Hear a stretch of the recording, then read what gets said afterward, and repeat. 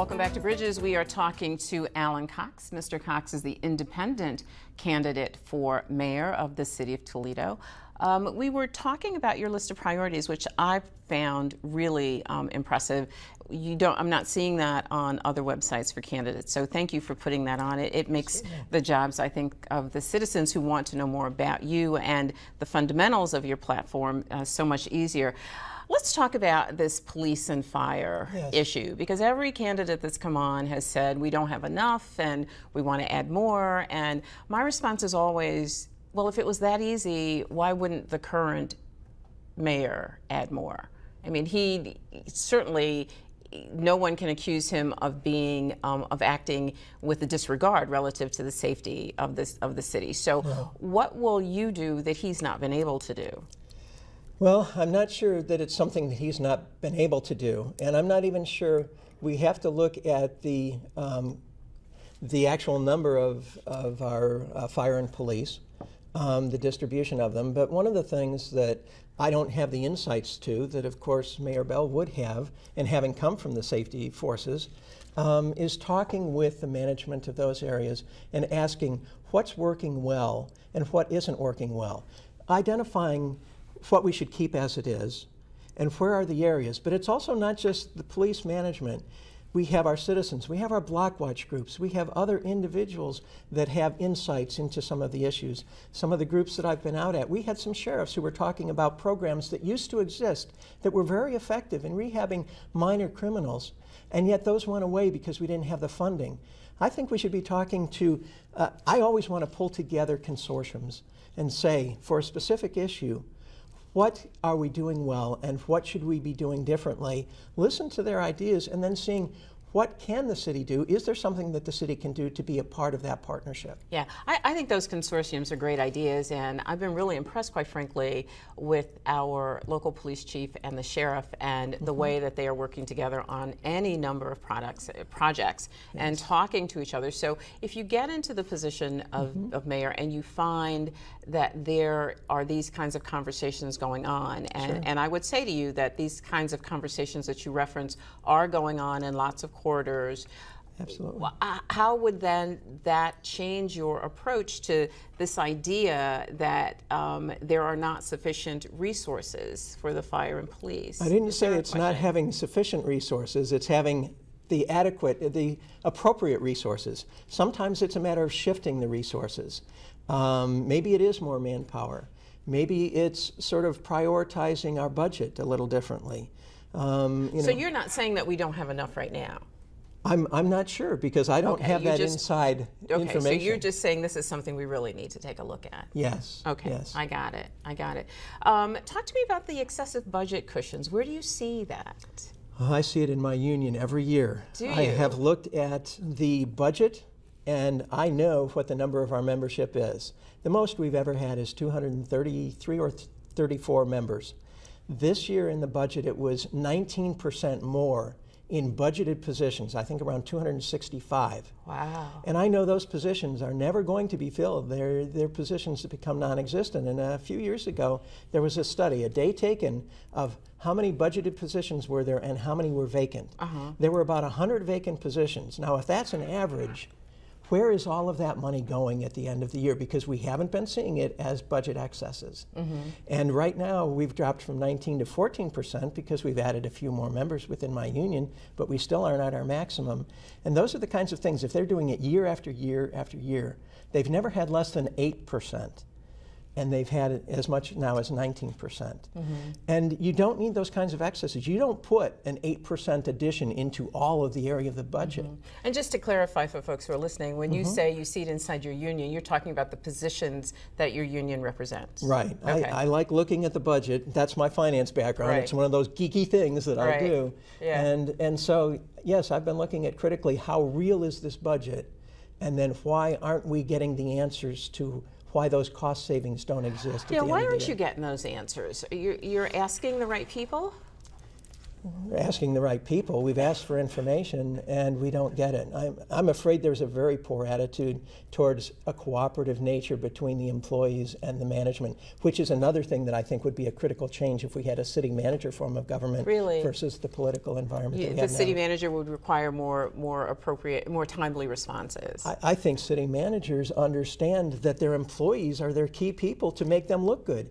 Everybody ought to understand that if the top person's looking good, it's because we have a whole lot of people underneath that person that are doing a good job. Yeah, and that's one of the reasons that I kind of am a little, I'm interested in your opposition to the sort of, double dipping thing that people call it, which I think is a pretty negative way to refer to the, the retire, rehire kind of thing. Why don't you like that? These are good people who have a good track record who are being brought back to do good work and necessary work. Because it's denying the other 99% that are doing a good job also and are trained and should be a part of a succession plan. Any good leader has a succession plan.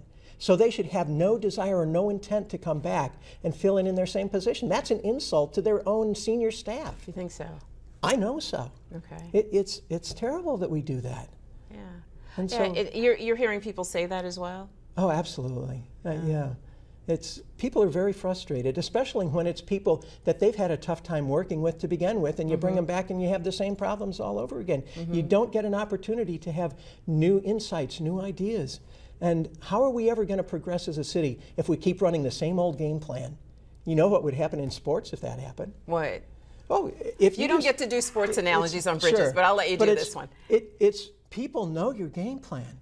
And so there's nothing new. There's no that's right. creativity that's Okay. allowed. Okay, and that when makes you sense. when you stifle creativity, what kind of product or service are you going to get? Yeah, that's an interesting point, because I hear that a lot when I'm out and about our elected officials, that we don't have enough new entrants into that field of political representation, same faces over and over again. I don't know how I feel about that, though. I think that people are valuable, can be valuable for a really long time, that they can have be. great input for a really long time. And so if they've served their term and they're ready to retire, why shouldn't they just stay on? If they're Instead that good, of retiring. That's right. Why do they have to go out and start their pension and then get a very big, in fact, if it were So me, what's your opposition then, Alan? Is it that they are getting more money because they've retired? Or is it because, what's the opposition? No, my primary opposition is that it's getting in the way of other ideas and having the work of all of those people that have done and served very well not recognized or not given the opportunity to also blossom. Okay, let's move on from that. Sure. I have lots to talk to you about, and we've got Limited all time. of 4 minutes to do it. So, while you were making these structural changes inside of city government, and you've got some really big ones that you want to focus on, Yes. there's a whole city out there looking for attention from you as well. Yes.